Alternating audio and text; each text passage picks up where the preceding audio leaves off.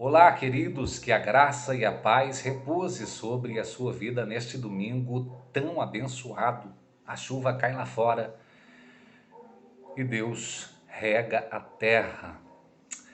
Ontem deixei uma palavra a respeito de que nós precisamos abraçar, nós precisamos acreditar, nós precisamos receber o que a Bíblia diz sobre nós, a respeito de nós, e não o que as pessoas pensam ou falam sobre nós. Nós precisamos crer e se apegar no que a palavra de Deus diz que nós somos. E terminei aquela palavra dizendo que a maior identidade que nós podemos ter, que a Bíblia nos dá, nos garante, é sermos filhos de Deus. Mas esta afirmativa carrega consigo algumas indagações, algumas perguntas. São todos filhos de Deus? A Bíblia vai dizer que não. A Bíblia é clara.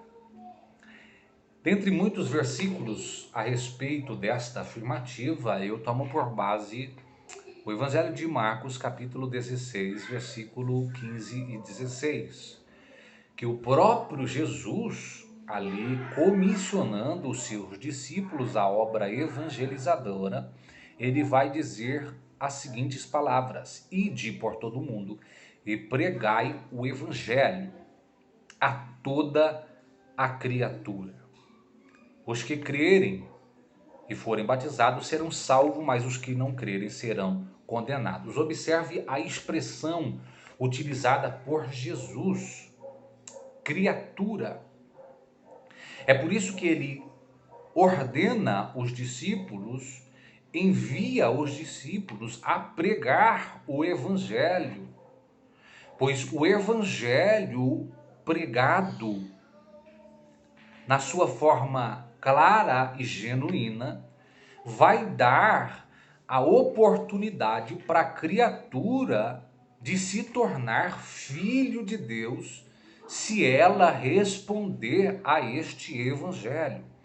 Observe o que João escreve no capítulo 1, versículo 11 e 12, Evangelho de João, Evangelho de Jesus segundo escreveu João.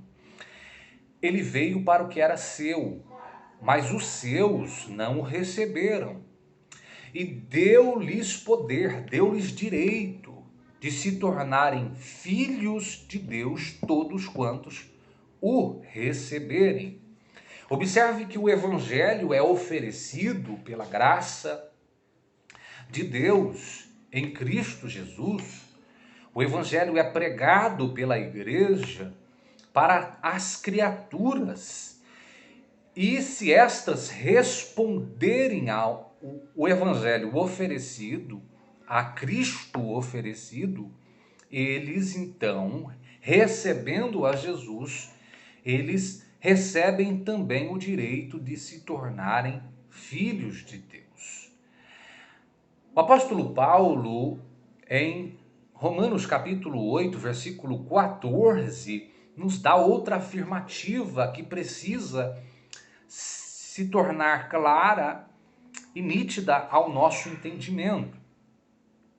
É somente receber a Jesus, é crer, ter fé, né? O apóstolo Paulo vai dizer: e todos quantos são guiados pelo Espírito de Deus, estes são filhos de Deus.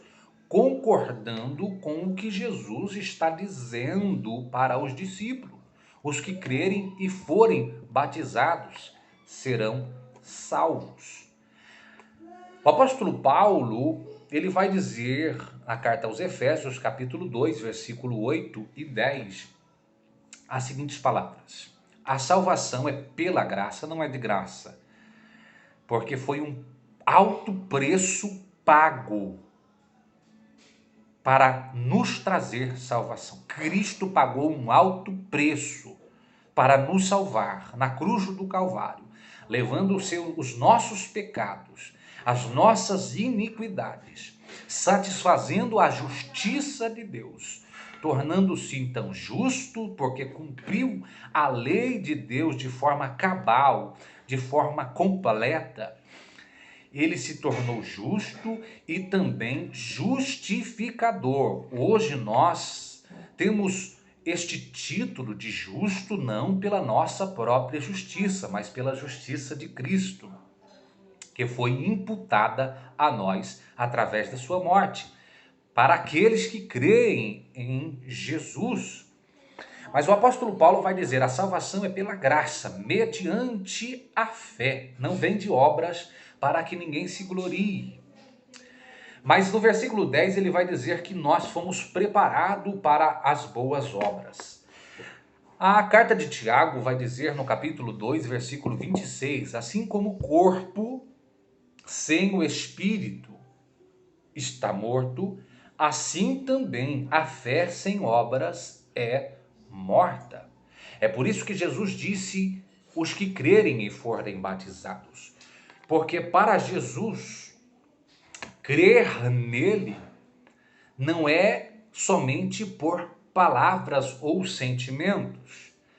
Na verdade, nós mostramos que cremos pelas obras que fazemos. As obras não são a evidência da salvação, são o resultado da salvação. A evidência da salvação é a graça de Deus, é a obra, é o sacrifício vicário de Cristo na cruz. Esta é a evidência, porém o resultado das obras o resultado da salvação são as boas obras. É por isso que Paulo vai dizer que os que são guiados pelo Espírito de Deus, estes são os filhos. Aqueles que receberam a Cristo, recebem dele também o seu Espírito. E este Espírito passa a habitar em nós, e então este Espírito passa a reger as nossas vidas. Pois existem pessoas que dizem que creem em Cristo, mas a vida está sob o seu próprio domínio. As suas vontades que imperam e não a vontade de Deus. Crer em Cristo é preciso entender que, como Paulo disse em Gálatas, capítulo 2, versículo 20, já estou crucificado com Cristo, e agora não vivo mais eu, mas Cristo que vive em mim. A vida que vivo na carne, vivo-a na fé do Filho de Deus.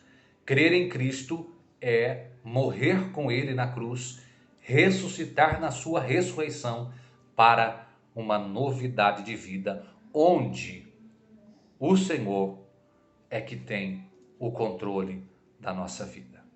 Que Deus, em Cristo Jesus, possa te alcançar e que você possa receber a Cristo e também se entregar a Ele. Não tem Cristo como Salvador aquele que não tem como Senhor. Deus lhe abençoe.